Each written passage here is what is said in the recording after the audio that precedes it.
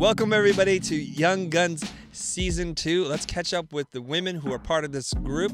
Today's episode is going to be about whatever they want to talk about. That's how this works. It's a coaching call. Okay, so we have our lovely contestants returning to vie for the championship spot. I don't know what that is. I just made that up.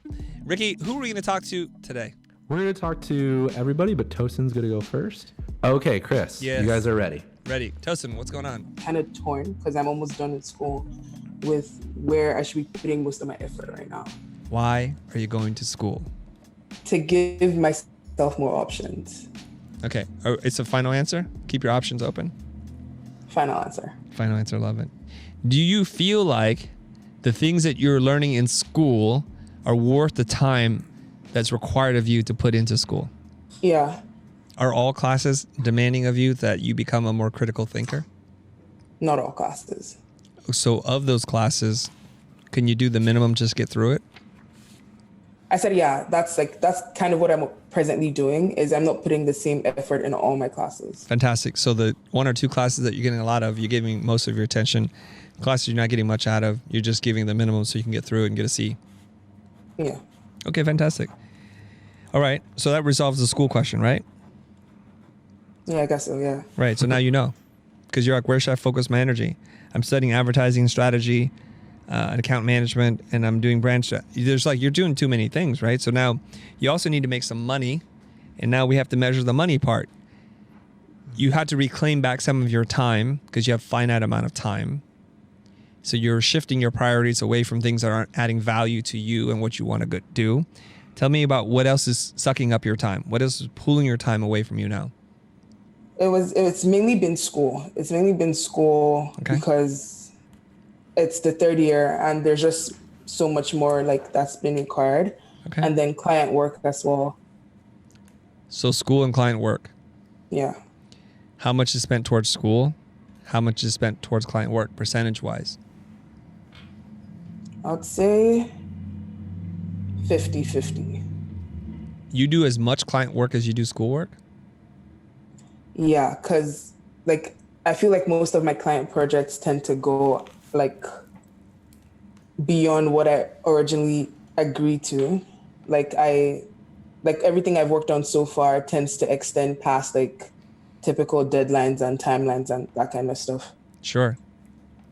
And you're doing client work because you need to make the money, right? Yeah. Is the amount of money you're making worth it? Not right now. So why don't you stop? Because I don't know what else to be doing for money, and I'm trying to increase my charges. That's kind of what I spoke to you about like last time. How can you charge more? Based off like the advice I got from you and Melinda last time, I'm trying to improve the quality of the work I'm showing, improve my portfolio, improve my presentation. So you're having a hard time getting higher paying client work because your portfolio needs to be worked on. Yeah. Is the answer obvious now? No. No. It seems to me the client work is not paying you very much, but in order to get higher paying work, you need to do better work. Yeah. So stop doing client work. Work on your portfolio. Work on leveling up so that when you do work, you'll make more money for less time. Is the answer not obvious? It is now. Okay, good. You see the problem? I'm not, I can't run the mile any faster, but I just keep running. Well, why don't you take a break and get some coaching? Then when you go back into it, you can run it faster. But doing it the same way is not going to improve your speed at all. So what we don't want to do is accomplish none of our goals and wind up spending all our time and energy chasing things because we're not clear about what it is that we want. What I'm trying to do, and I'm being a little bit of a hard butt on you right now, which is I want you to be clear about your goals and to hold yourself accountable and to have that kind of logic that I'm applying to you right now. So when this episode airs, I want you to watch this again and see what it is that I'm doing with you. And I want you to develop that inner voice that allows you to determine if these things are good for you to do or not. Saying lots of things isn't actually getting clarity at all. Committing to one thing and choosing your words very carefully will help you get clarity, and then you get to make the decision. It becomes a lot easier to make a decision, right? So what we want to do, as always in everything in life, we want to minimize the risk while maximizing return. Low risk, high reward. Low risk, high reward. Sometimes we confuse these things and we do things that are very risky with low reward. So you have a limited amount of time. You do client work. The reward is very low. The work isn't satisfying and you're not even getting paid what you should be getting paid. So the reward is super low. So just get rid of that as an option and you just keep going through all your options. I would rather have you watch a video, take a course, go to a seminar, do a networking function, do a workshop, do something other than more client work, which is a regurgitation of what you know or don't know. It's not contributing to your own growth. And right now it's all about growth. I want you to align your life around growth and learning. Everything else is a distraction. Any quick follow-up question? Because I'm getting the sign that it's time to move on. Yeah, I had a whole other question, so it's good. Okay, thank you very much, Tosin. Yay! Yay! Yay! All First right. one. Okay. Woohoo! Who's up Now, next? Anastasia is up next. Go ahead when you guys are ready.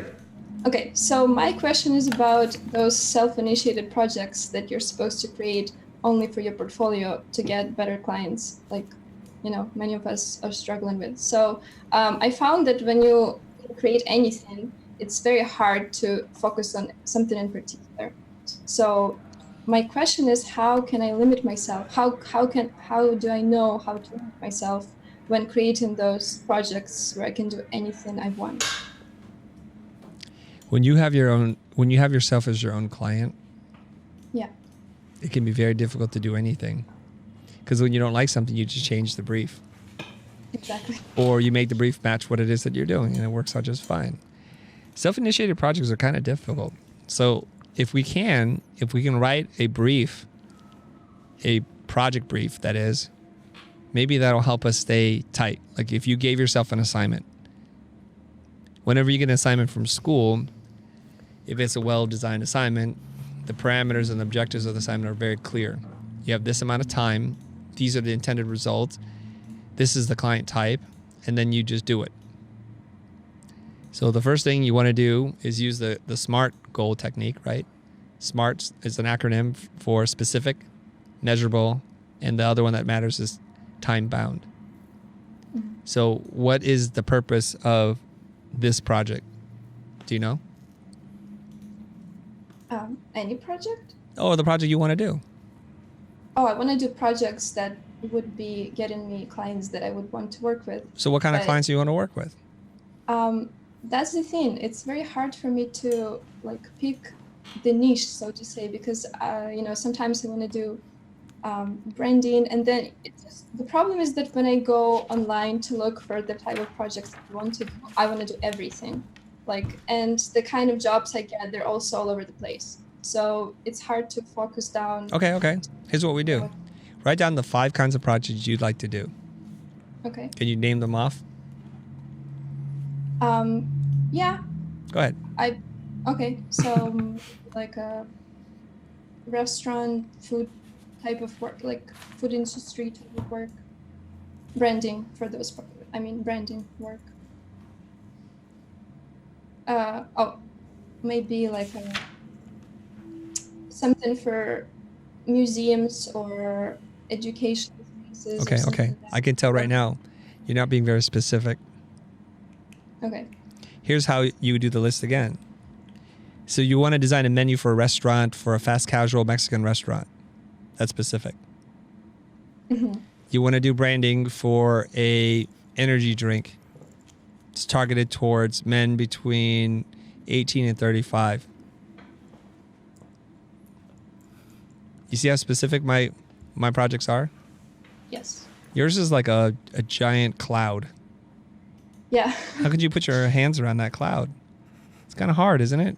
Chasing a rainbow. Let's not do that. Let's get specific, okay?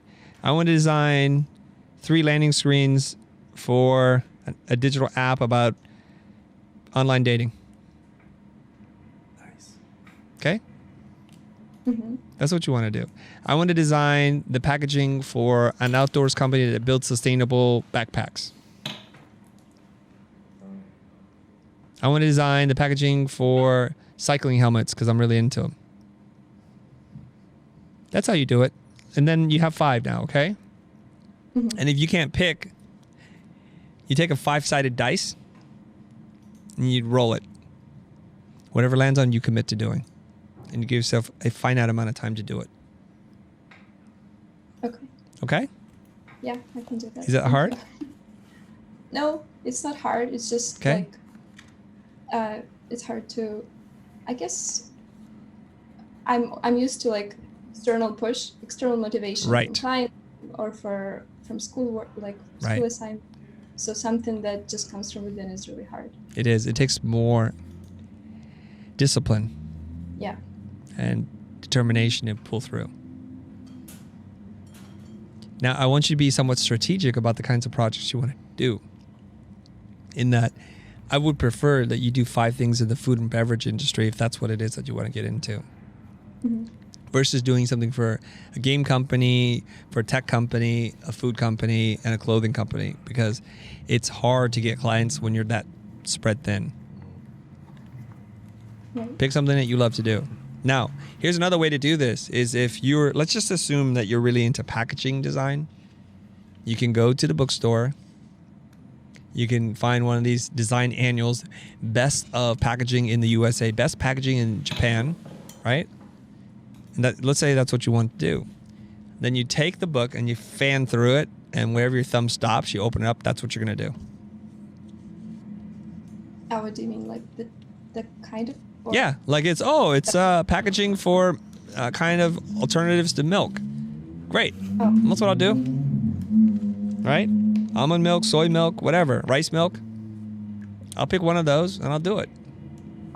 What we have to do is get better at being self-determined versus other-determined. Self-validation versus other-validated. I want to work on that. That's what I want you to do, okay? Figure out what you want to do. What gives you joy? What excites you? What kind of clients you want to work with? And then focus in on that.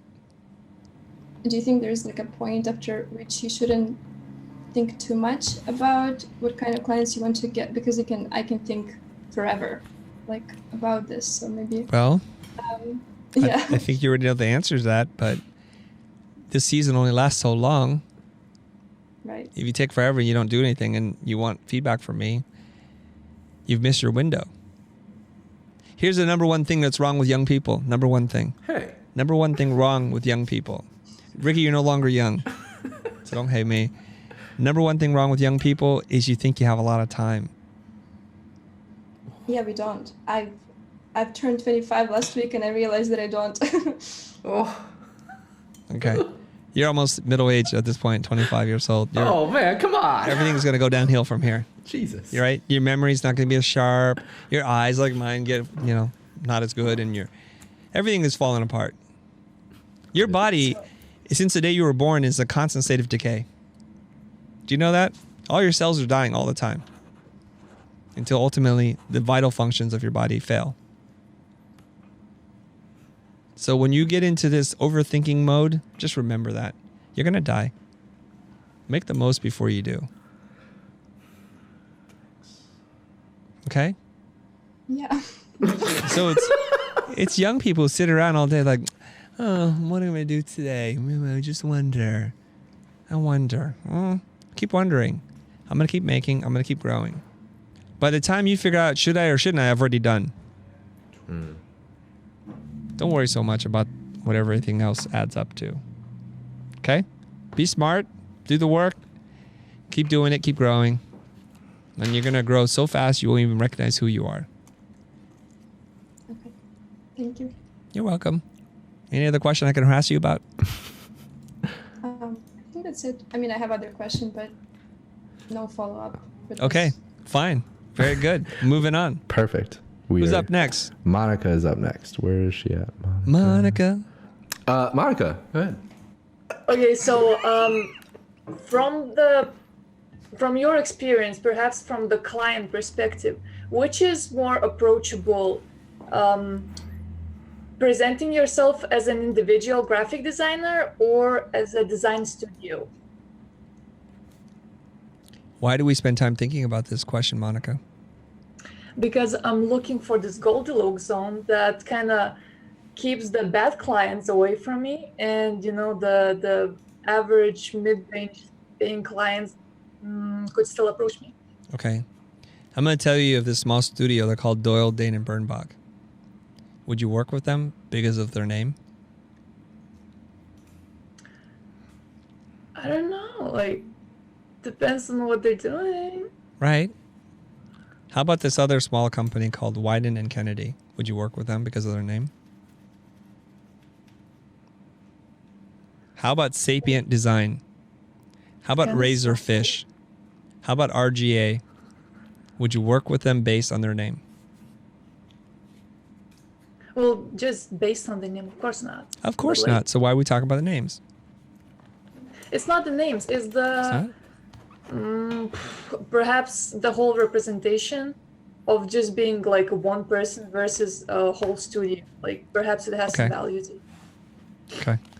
So you think people equate bigger teams with more value, and a single person Yeah. is less value? Well, as a single person, you have to like be really tough and good at representing yourself in order to stand alongside like design studios. Okay, so let me consider the alternative. So you're a single person, and you're going to create a fake company that seems like it's more than one person, but is really the same person doing all the work. What's the difference? The difference is what the clients see, basically. That was not my full idea. I wanted to start something after I graduated with a couple of friends, but in the end, it doesn't matter. If you come to me from the social medias or wherever, if you see me as a company, I mean, as a design studio, it's still, like a different kind of approach, in my opinion. What did you say? It's a different kind of approach, in my opinion. What is a No? different approach?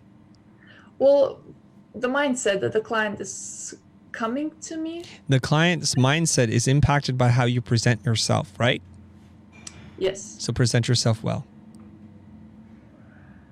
Do you think when you present yourself as an individual that you're less valuable? Slightly. Gary Vaynerchuk. probably not. How many people work for him? Name another person that works for him. That's right. know. You don't know. You don't know. And who is the face of Gary Vaynerchuk's company? That's a very good point you're making. I You didn't. see the way I do that?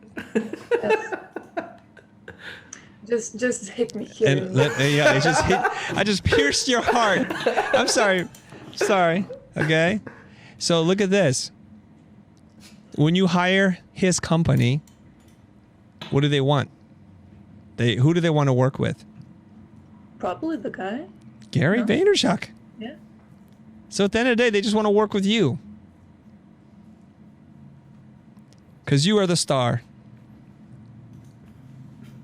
Aren't you? One day. One day. No, today. Because if you're not the star, who am I working with, Monika?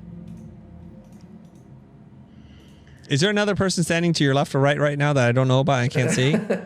No, that's just how. Okay, how hold on. think that- I need to help you right now. Okay? The only reason why people call you is to work with you.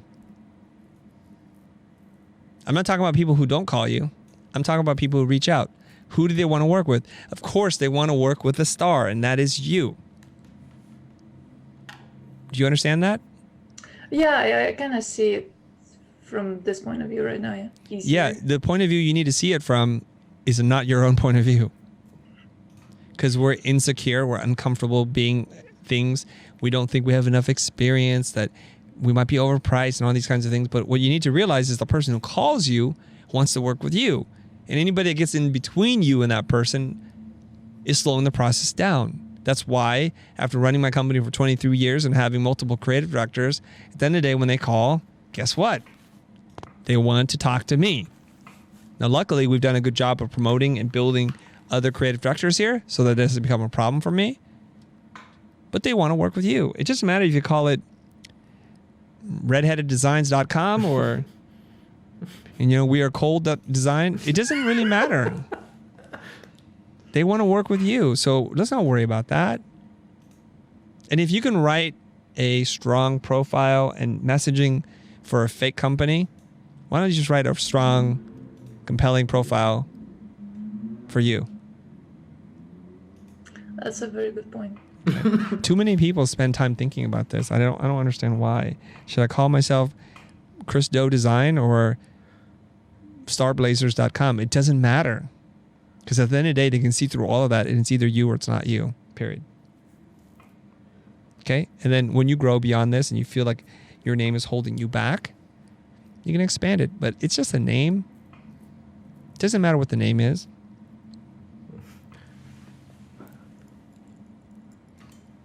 Anything else? Nah, All that right. kind of really sums it up. Thank you very much. Very good. Okay, who's up next, Ricky? Maitreyee. Maitreyee. Yes. Let me find it. Hold on. Okay, so my question is how to understand and communicate effectively with an overseas client. How to understand overseas clients? Overseas client, abroad client. Overseas. Where are these clients? America? Yeah, USA. USA. So you don't understand American clients, or they don't understand you? No, actually, the thing is the time zone problem is a big thing because when I'm sleeping, they're awake. When they're sleeping, I'm awake. So it takes a lot of time chunk out of the working Yes. hours. Yes. And, Okay, so yeah. there's some time issues. Okay. What else? So even the bond that you have with the local client, it is not the same with the abroad clients. Right. How to improve that? How to improve what? The bond that you have with your clients. What kind of bond do you have? While understanding their brand and everything, it is much easier when you actually go and visit their offices and meet them in person and everything, but it's not possible with abroad clients. I see. Okay. Do you feel close and connected to me? Yeah, Have we ever met in person? no. Do you feel like you know more people that you've seen in person or more people that you've never seen in person? Depends. Yes. What does it depend on? It depends on how much I have communicated with that person. Okay. So I think I know more people who I've met. Oh, okay. That's interesting. Well, I'm just telling you from my own personal experience. I know more people online than I've met in person because the location and the time that I have available is finite. So I'm not able to do that. And most of my clients I never meet in person at all. So it doesn't matter to me if they're in China, in India, or in America, New York, wherever. It doesn't really matter. Conference organizers book me without even talking to me in person or on the phone even, just through emails. Right. So is it our perception that the bond is formed and it's tighter because we met in person, or is it because the kind of dialogue, the richness and the depth of what we talk about is greater? The answer is number 2. Yeah. The depth of the conversation, not the fact that we're in the same physical proximity as one another, is what determines the strength of the bond. Now, if you feel like, and this has happened to me before, if you needed something, let's just say you're like, gosh, Chris, just been having some troubles. My Wacom tablet freaked out the other day and I think the power supply is bad. I'm like, oh no, that's terrible. And then tomorrow morning, a knock on your door. You open the door and there's a new power supply for the exact Wacom tablet that you're using. How do you feel? I feel good. You feel great. You only feel good? I'm not working that hard for you then. I'm telling you that right now. You should feel great. You should feel elated. You should feel overwhelmed with emotions like, gosh, I thought Chris was a jerk on that call and yet he still sent me this? Oh my gosh. Oh my gosh. That's what you should be thinking. And that is through an act of listening and acting. I listened to you, I heard you, I acted. None of that requires me to be physically next to you. Actually, you may even be more impressed the fact that I'm not down the street from you. That a stranger across distant lands and oceans can reach out and make an impact on you. right? Yeah. Do you know where this is going? So it's the value of the communication, right? Yes. Well, let's think about this. You have made what I believe to be an assumption about relationships purely based on physical proximity. That if you can deliver on the promise of a person who wants to earn your trust, you can do that a lot of different ways. Right. And what we realize is this, is that a lot of times an expression of appreciation or love is just to really give people your attention. Mm-hmm. And you can demonstrate that in a lot of different ways. So when you and I talk like this, let's pretend like you're my client. And then I gave you an audio recording of this later. And I transcribed the notes for you and summarized it in email. Then I gave you a clear plan of action. So based on our call today, I recommend A, B, C, and D. Here are the links that you asked for. Everything is done. What I've done is I've shown you in very clear, demonstrative ways how I'm paying attention to you. And that should make you feel warm in here. Mm-hmm. Right? Yeah. Okay. Next problem is the time difference. So American clients already know you're in India, right? Yeah. Of course they do. Because you look different and you sound different. And I don't mean different and bad. It's just different. Yeah, definitely. So they know you're in different time zones. So what you want to do is you want to find the most comfortable overlap. If you keep working with American clients, you have to say something like, you know what? The end of your day is the beginning of my day, and it's fantastic because that's when I find that my clients are most focused. They have a good idea of what they want, and you leave the office and I begin to work. Yeah, right. And if they feel uncomfortable with that, it's like, well, we still have concerns about how we're going to work. You're fine. I'll readjust my schedule. So for this project, it's worth it to me for me to wake up when you wake up and go to sleep when you go to sleep, if that makes you feel more comfortable. That's option number 2. Option number 3 is you hire a virtual assistant to take the calls, take the notes, and so that when you get up, you get those notes. In order to be able to do that, you have to charge a lot more money, and that's fine too. Okay. And you can present all those 3 to your clients. I can adjust, you can adjust, and it'll be fantastic. I can adjust to you. That's another option. Option number 3 is I can hire somebody to be right on your time zone as well. It's going to make it a little bit more expensive, but we're okay with that, right? It will be convenient. Not a big deal. I work with clients in Japan and Germany and all over the world. We just adjust. And I tell them, I assure them the time difference is not going to be their problem. It will be my challenge to solve. Mm-hmm. Once you start working with somebody, they really don't want to be talking to you all the time. So you're only talking about a few critical calls. Yeah. Right? A kickoff, a midway checkpoint, a final review. So you're committed to about 3 days in which you have to adjust your time. I would adjust it so that it works for them. And over time, after they hire you, they're like, you do whatever you want. Here's the brief. Here's the money. We're wired it to your account. Just do it. True. Anything else? No, nothing. Thank you so much. You're welcome. Annie, when you're ready. What is the most important habit that you think designers should form, and maybe a bad habit that a lot of us tend to have as designers that you think we should work on dropping? Let me start with the bad habits first. Designers overthink. They don't take enough action. Designers don't think they're worth anything, so they undervalue their price. Designers are quick to jump to conclusions without forming any real thought process before they jump to their conclusions. Designers, unfortunately, confuse being a designer with being an artist, and they're very different things. Is that enough for you for bad habits? I mean, I can go on and on. I was going to say, how long's the show? Yeah. Yes. I guess those are. Do any of those hit you? They probably all do. Okay. Designers don't spend enough time learning about the world, about subject matters that are outside of their trade, so don't have a lot of dots to connect. Designers need to learn about business, marketing, philosophy, psychology, sociology. Those kinds of things help. History, English. But designers focus too much on making things. Wow. Let's form some good habits. Take everything I said and make the opposite of it. Those are good habits. Yeah, I guess. Right? I guess we think Okay. too much. I think that's definitely a weakness. So here's what you want to do, Annie.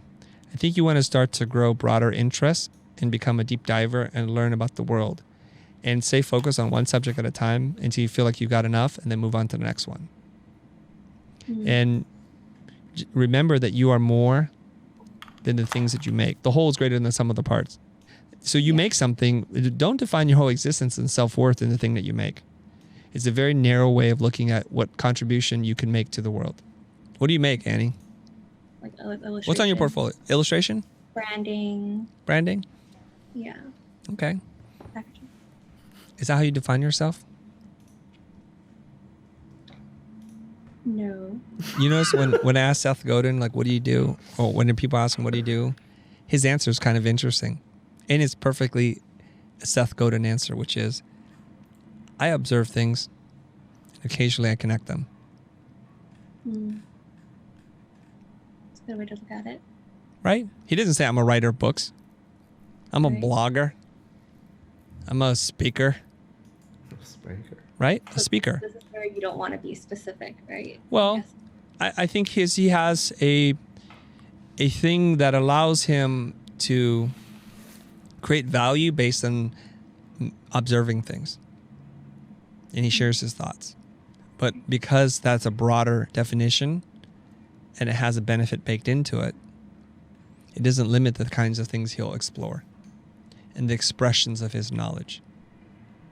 Whereas a person who does identity design, well, I guess I only search for things that look like identity design. Right. And those are the only things I can help people with.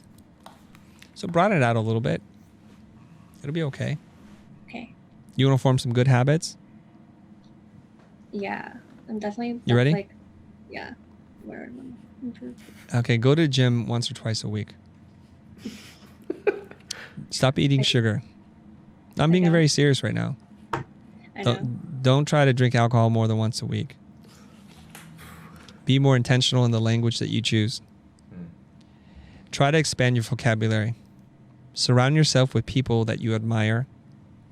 Consume everything that they tell you to do. When you read and learn something, do it with the intention of teaching others. Be brave to put out what you do, although it's imperfect. Is that good enough? Yes. I mean, like I said, I can go on all day long. Yeah. Now I've been reading like a book about like forming better habits and stuff, and so I wanted to hear like more specifically as for a designer what those habits could be. Okay. So that was helpful. I'm going to tell you a little hack, okay? And then we're going to end this segment of it. I want you to use this framework in your mind. Just to the.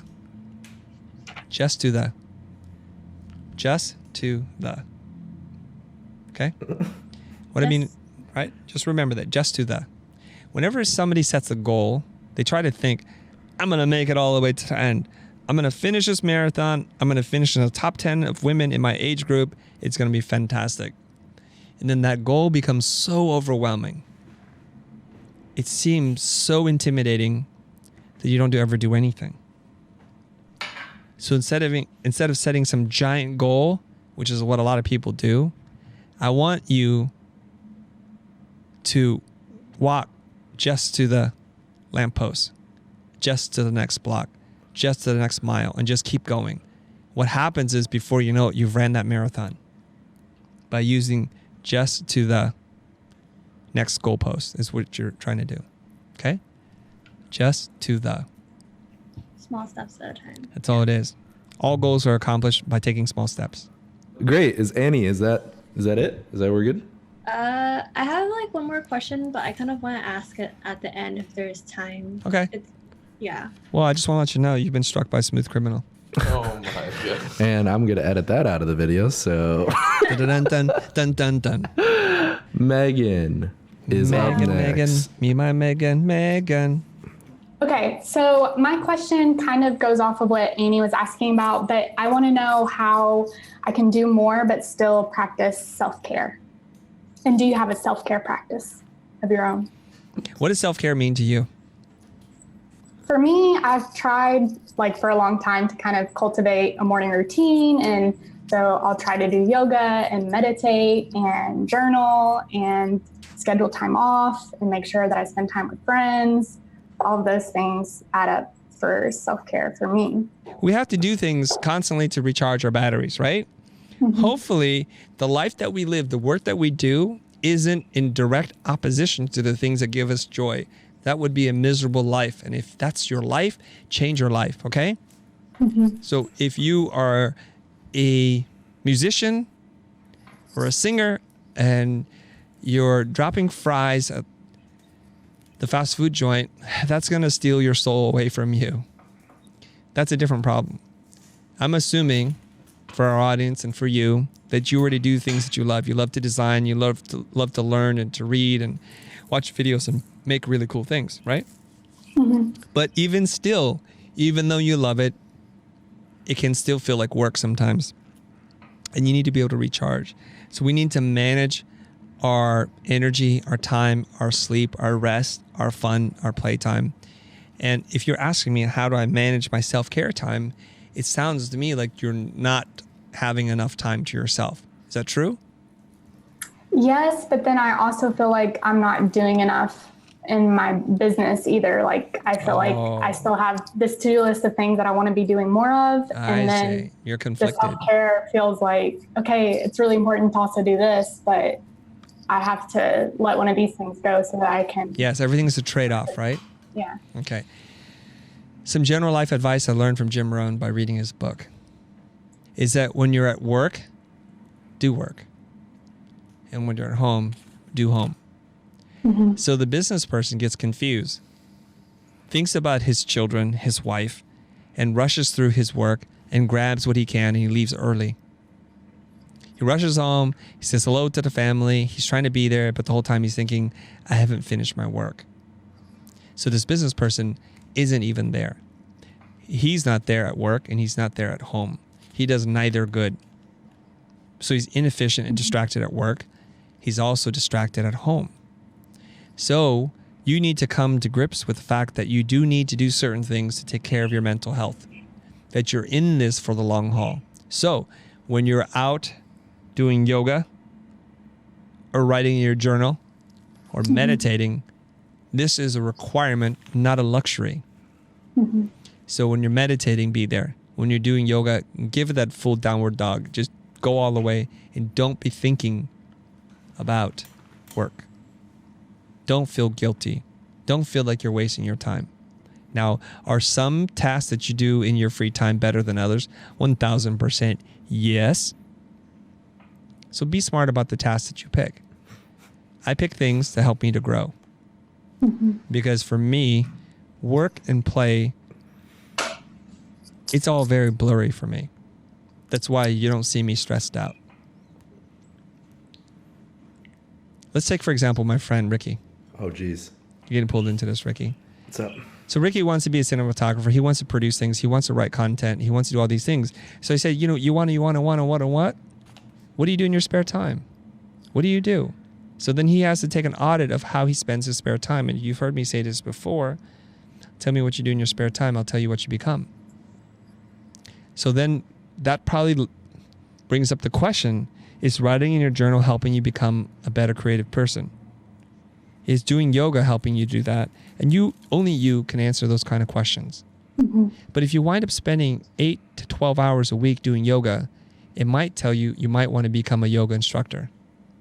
You see, because where your energy lives is really telling you what your heart wants. My son, given enough free time and no restrictions, would probably just play video games all day long. So it's telling him, I love doing self-indulgent things and connecting with people in the digital universe and not living in the real world. If he could make that his career, as many esports athletes have done, he'll be really happy. But then he might learn and realize when you have to do something to earn money, it may take some of the fun away. And that's okay too, but you need to start to realize that, okay? Yeah. So if you can work for, yoga, meditation, mindfulness centers and do design work for them, whoo, now your yoga and meditation and your journaling can really help you become stronger at doing that kind of stuff. Mm-hmm. That's where we start to blur the lines between work and play. And then that's when you get really happy.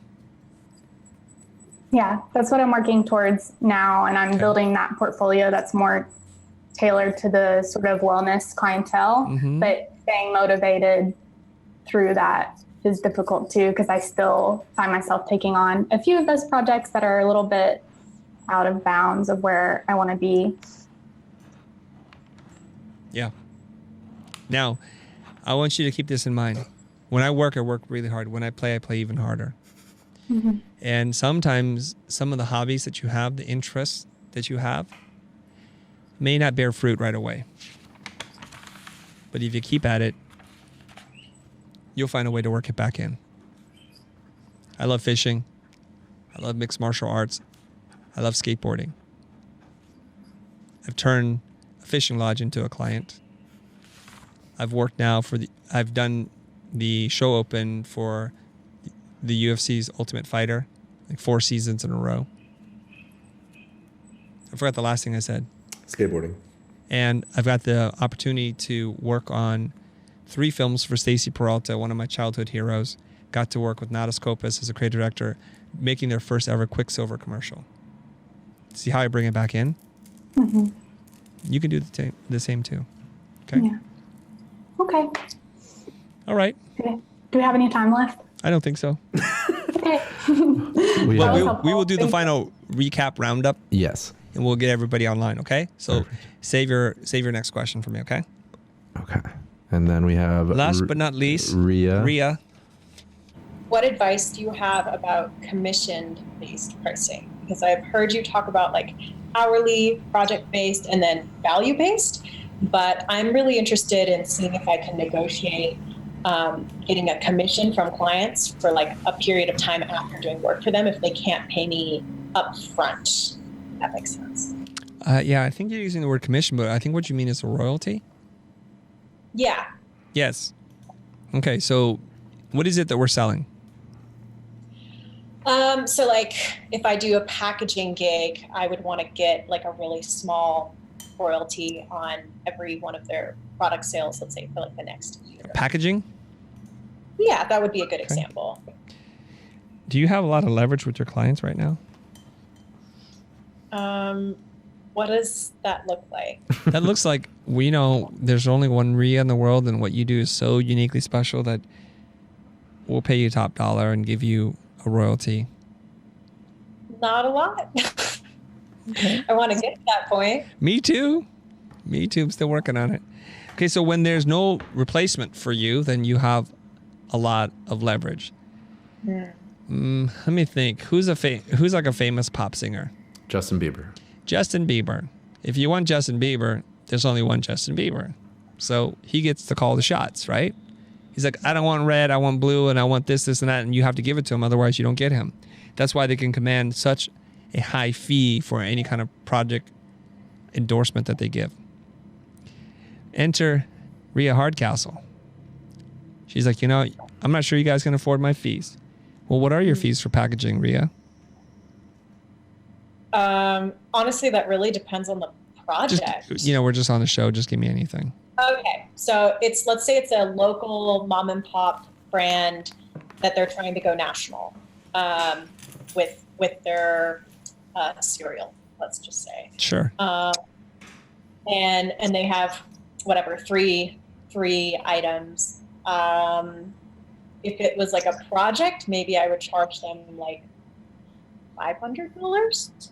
Okay. For like all 3 of the designs. Okay. Let's say this company is a mom and pop shop, but because they have this vision of going, larger scale with their company, they approach me. But because they've started out with these like small, because they're still a small company, they can't necessarily afford that, which is why, in my mind, I think doing royalty would be potentially a good way of negotiating something like that. So it feels worthy of my time. Okay. A small mom and pop shop isn't launching a cereal box nationwide. Those things are not congruent in my brain. Okay. And a company that's getting into packaging at all has a lot more to spend than $500 because what is a small run for them in terms of packaging costs alone?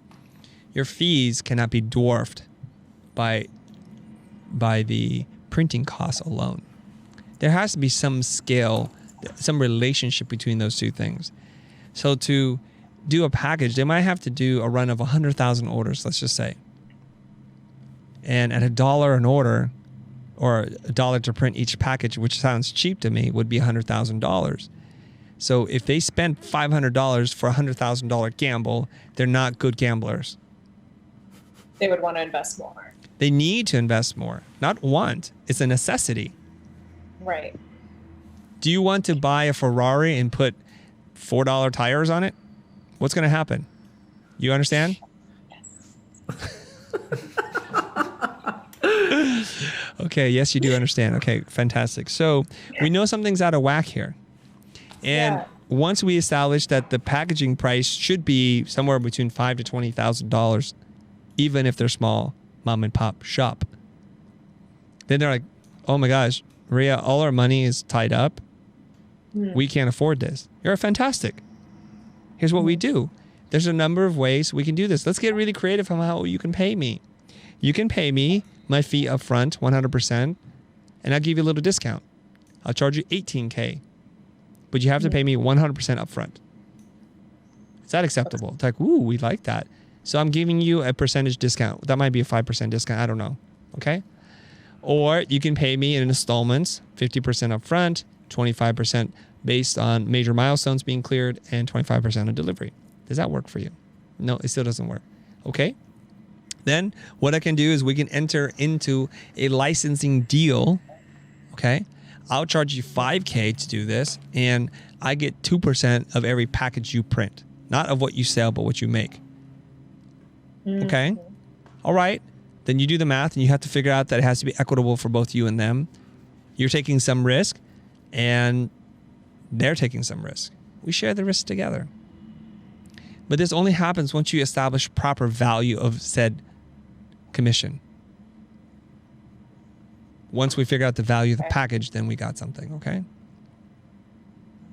Yeah, I'm understanding that Okay. I am not equipped with enough questions to like fully negotiate. I feel like I don't know what questions to ask. Yes, because you don't understand how business is done just yet. Because you're still relatively young. And the kind of questions I'm going to ask is based on a limited amount of exposure. But here's what we can do. Here's a tip for you. Designers assume. Professionals ask. Ask, how many is your first print run?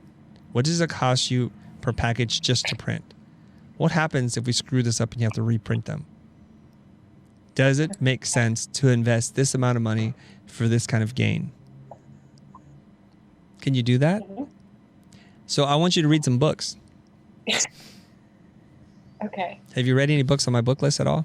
Oof. Yes, I have. She's better Guys, than give me. her a chance. She's better than me. Don't oof right away just because you bums don't read anything. Don't oof her. Give I'll her read the back of the benefit of cereal doubt. box. Leave me alone. Okay, so one of the books I want you to read is 101 Things I Learned in Business School. Okay. And you can learn that. I forget the gentleman's name right now, but it's super fast to read. In fact, I think there's a video on it on this channel that's dedicated to helping creatives with their business skills. I think it's called the Futur. It's the Future. We've already done a book review on it. Michael Price, I believe is his name. 101 Things I Learned in Business School. Watch it and then read it. Buy the book, read it. Okay? Matthew Friedrich? Yes, with Matthew Friedrich, right? Yep. Okay. That's what you want to do. Read the book. Another great book that you might want to read is Creative Strategy in the Business of Design. It may help you a little bit. So you see, like when all the design cats are like looking over and I want to be a better designer, I want to learn more about fonts. This cat and that cat is busy reading business books because designers are not reading those kinds of books because they're boring. Let's talk about things like numbers. And you read it and you become much more powerful. Because last call you told me like charge more, and now I'm realizing like I don't know what questions to ask to be able to charge more, which is why I have it. Because I feel like I'm not creating a signal of trust for people who can. Okay. I'm gonna help you out right now. You don't need to know anything more than you know today to charge more. It's because you're so underpriced right now. So when you said, "Oh, I usually charge about $500 to do that," just ask them for $2,500. No, nothing else changes about you. Just ask for $2,500. Oh. She can work here, man. That's what we do. Hold on. Somebody should zoom in on her right now. No. Rhea, stare right in the camera. Make that sound effect again and just punch even closer into her, dude. Rhea, how old are you? 22. 22? Yeah. Say that again, a little more confidence this time. How old are you? 22. Wait, no, I mean like that kind of confidence. Just say it like a fact, right? Yeah. Just say it like a fact. Now, here's what happens, okay? How we feel about a piece of information impacts how we say that piece of information. I want you to say it like a fact without any kind of value added to it. No judgment. How old are you? 22. Right. You're 22. I'm 47. See how that works? How much do you charge for packaging? 25,000. Oh, fail.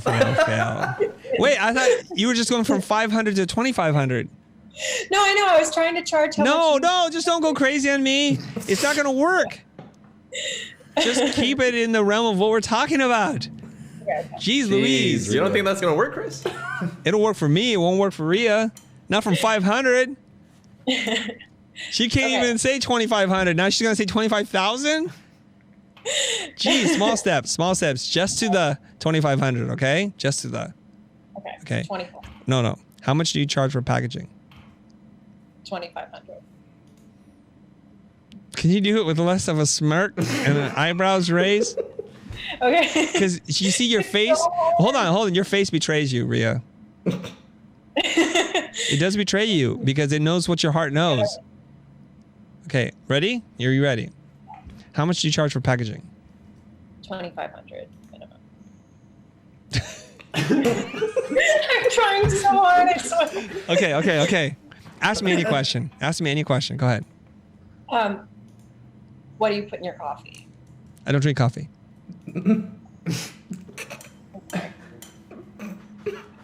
Ask me another question. Do you have pets? I don't have time for them. So you're wanting me to answer the way you're answering, like just super direct and How do you feel about my answers? they just are straight to the point. Well, I want you to be straight to the point. Okay. One last time. Shh. How much do you charge for packaging? 2,500. Did you guys see her do that? Did you see that? The head nod? The head poking forward. She's like, Yeah. 2,500. And then there's like a little smile, right? Yeah, it's like you just okay. Keep working on that. All right. Okay. Okay. Watch this, guys. Watch this. Where do you live? Mexico. See how you did that? Yeah. It wasn't like Mexico. It was just Mexico, huh? I know you're super fun. That's why we have you on the show, right? Because you have personality. But we don't need that right now when we're role playing about money, because the first thing I said to you is go from 500 to 2,500. You're so I already know how you feel about that. You're not going to be able to say it. You're going to make up 1,000 reasons why that can't happen. And then you're going to say, well, Chris told me this. The next time if he sees me in the pro group and I ask him that question and he asked me again, did you do it? You're like, I did it. It didn't work out. See, I told you. It's because you went, it's 2,500. Skirt. Well, of course they're not going to say, take you seriously. You know, when it comes to money, terms and agreement, let's just get real. Okay, let's not mess around. Because otherwise people dismiss you as a 20-year-old woman who doesn't take herself seriously. Don't let them do that to you. Okay. Okay. You got it? Yeah, I If feel you like I'm need going to need to role play this with like a bunch of different people. Yeah. There's 6 of them in this group. Boom. 6 more people you can talk to, right? There you go. Yeah. You need to practice because what you do in the practice becomes what you do in competition. Mm-hmm. You know that? Mm-hmm. You have bad habits in practice, you have bad habits in competition. And nothing could be more at stake when you're talking about money to a client like this and you don't feel confident doing it. I happen to be a professional negotiator. So when I talk to you about money and you start telling me these things, I can see right through you instantly. Business people are professional negotiators. They're used to people trying to steal from them all the time. Even the small mom and pops. Yeah. Otherwise, they're not good business people and they'll go out of business. So let's get your game together. In the meantime, 100% of your life, be as goofy as heck. It's what makes you adorable. Just do that. But when it comes to business, let's get business down. We just talk business, okay? I like to help people find their lane. So maybe that's your lane. I think we're out of time. We good? Awesome. Thank you so much. Let's put everybody up. Anybody that has a quick follow-up, we will now do Lightning Ask Chris Doe. Ask me anything. Lightning, so form your questions to be super, super sharp, and I will answer them as fast as possible, Do we have okay? to unmute them? Don't give me story. Just give me the question. Whoever has a question, raise your hand, and then we'll just pick you one at a time. If you had to choose between a job where the work wasn't exactly what you want to be doing, but it's full-time, versus a job that I quit.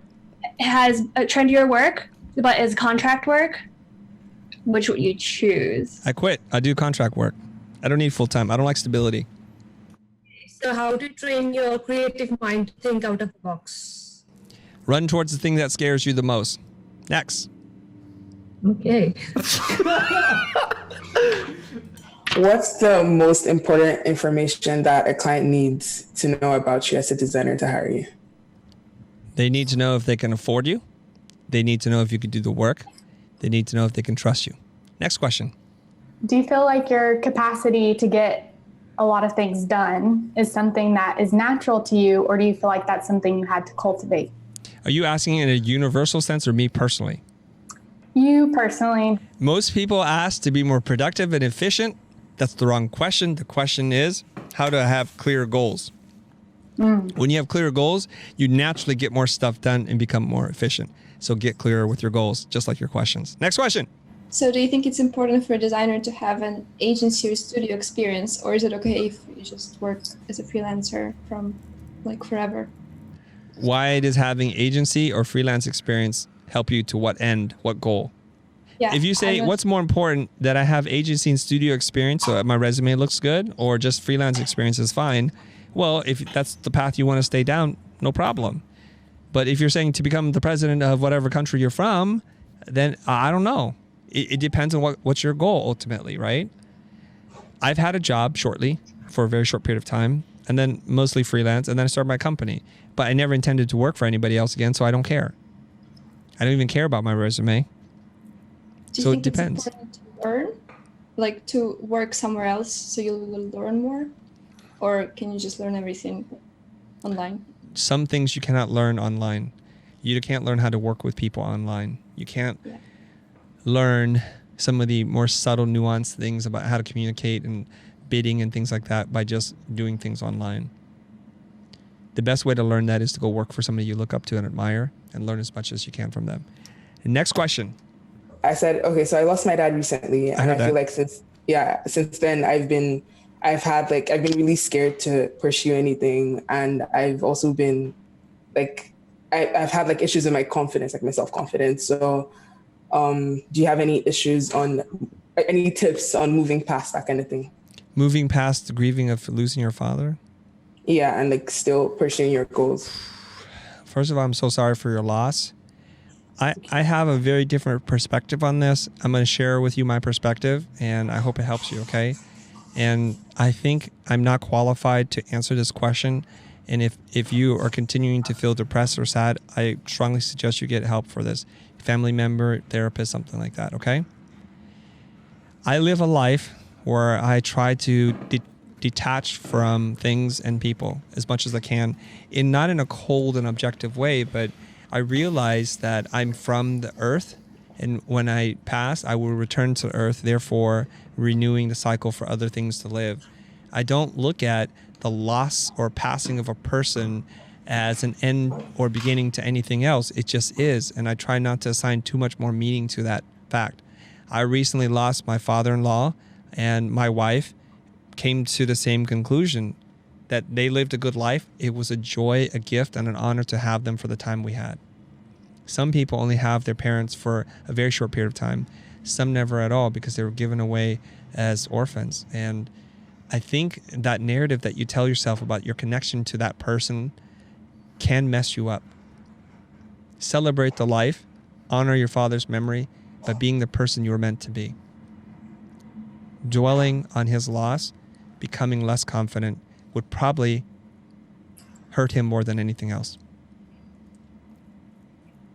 Thank you. You're welcome. I think we should probably wrap it up. I think that's a good point to wrap up. Young Guns, it's been a pleasure talking to you. I hope I wasn't too cranky for you today. Maybe Ricky will learn in the future to schedule these things in a way that allows me to be a human being and recover. I am not the Terminator, because if he does, I will terminate people. Okay? Good. I thank you for all bringing your energy, your honesty, your transparency, your vulnerability. It's been awesome. And we will see you guys soon on the flip side. If you have further questions, feel free to ask Ricky offline. All right? Be well, everybody. Take good care of yourself, okay? And I'm going to say one last little thing to you, okay? No matter where you are in your stage in life, when a client calls you, you've arrived fully formed. You need to be no more and no less than to be yourself. Take care of yourself. Learn to love yourself and appreciate all the gifts you have to offer the world. And from there, all good things can happen. Okay, be well. Thank you. Bye-bye. Perfect. That was good. Awesome. Namaste. Bye. Bye-bye. Bye. See you next time. Bye. What's up, everybody? This is Young Gun Season 2, the Book Cover Design Challenge. This is where we ask the participants to come up with a series of book covers for classic literature. I hope you play along with us and you can compare your results.